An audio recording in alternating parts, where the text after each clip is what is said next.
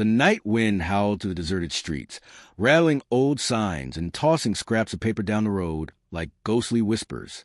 Ethan Harper stood at the entrance of his failing auto shop, fumbling with the keys as he locked up for the night.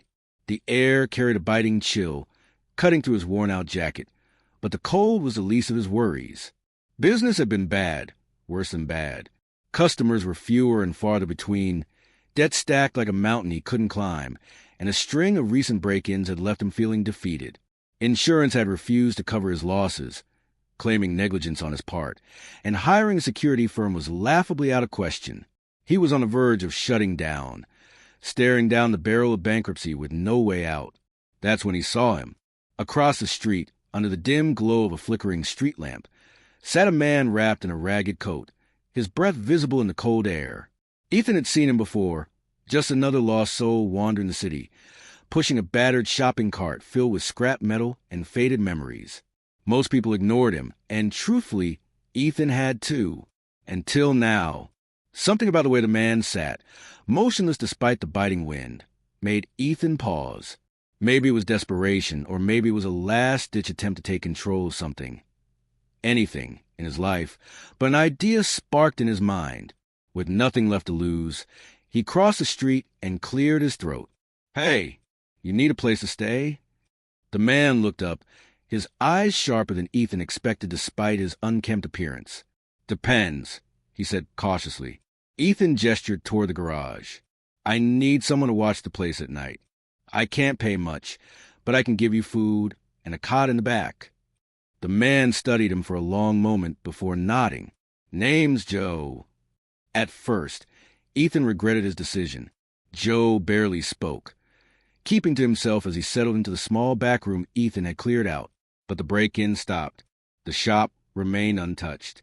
It was as if Joe's mere presence kept trouble away. Then the strange things started happening.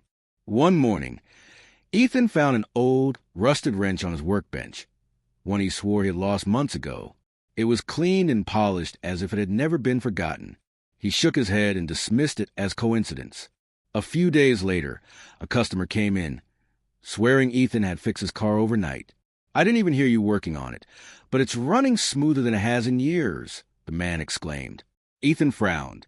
He hadn't touched that car. The strangest moment came when Mrs. Lancaster, an elderly widow from down the street, stopped by. She held a small package of cookies in her frail hands and smiled warmly. "I just wanted to thank you, Ethan." "For what?" he asked, genuinely confused. "Your mechanic, Joe. He fixed my old Buick. I didn't even ask. He just showed up at my house and took care of it." Ethan's blood ran cold. Joe had no tools, no money, and, most importantly, never left the shop. At least, not that Ethan knew of. Determined to get answers, Ethan confronted Joe that night. "People say you're fixing their cars," he said, crossing his arms. "How?" Joe just smiled, a sad, knowing expression in his eyes. "Guess I remember few things." Ethan pressed on. "Who are you, Joe?" "Really?" Joe hesitated before sighing, rubbing his callous hands together as if remembering an old ache. "Once upon a time, I was like you, had a shop, had a family. Then life happened." His voice was quiet, but heavy with unspoken pain. "Lost my wife, lost my business, and I lost myself. Been wandering ever since." Ethan felt a lump rise in his throat. "Why help me?" Joe shrugged. "Because someone once helped me, and I never got the chance to pay it forward." The next morning, Ethan arrived to find Joe gone. No belongings, no trace of him except for a single note resting on the workbench. "You gave me shelter. I gave you what I could. The rest is up to you." Ethan looked around, and his breath caught in his throat. The shop was different, cleaner, more organized. Tools were neatly arranged, parts categorized. It was as if someone had spent hours, maybe days, ensuring everything was in its place. And on the counter sat an envelope. With trembling hands, Ethan opened it.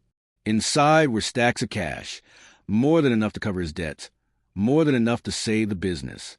He rushed outside, scanning the streets for any sign of Joe. But he was gone. Months passed, and Ethan's shop flourished. Word spread of his kindness, and the community rallied around him. He no longer struggled to keep the lights on, no longer feared losing what little he had left. But he never forgot Joe. Every night, he left a light on in the back room, just in case. And when a young man, desperate for work and shelter, knocked on his door one evening, Ethan smiled and stepped aside. You need a place to stay? Because kindness, once given, never truly disappears. It only travels forward, finding those who need it most.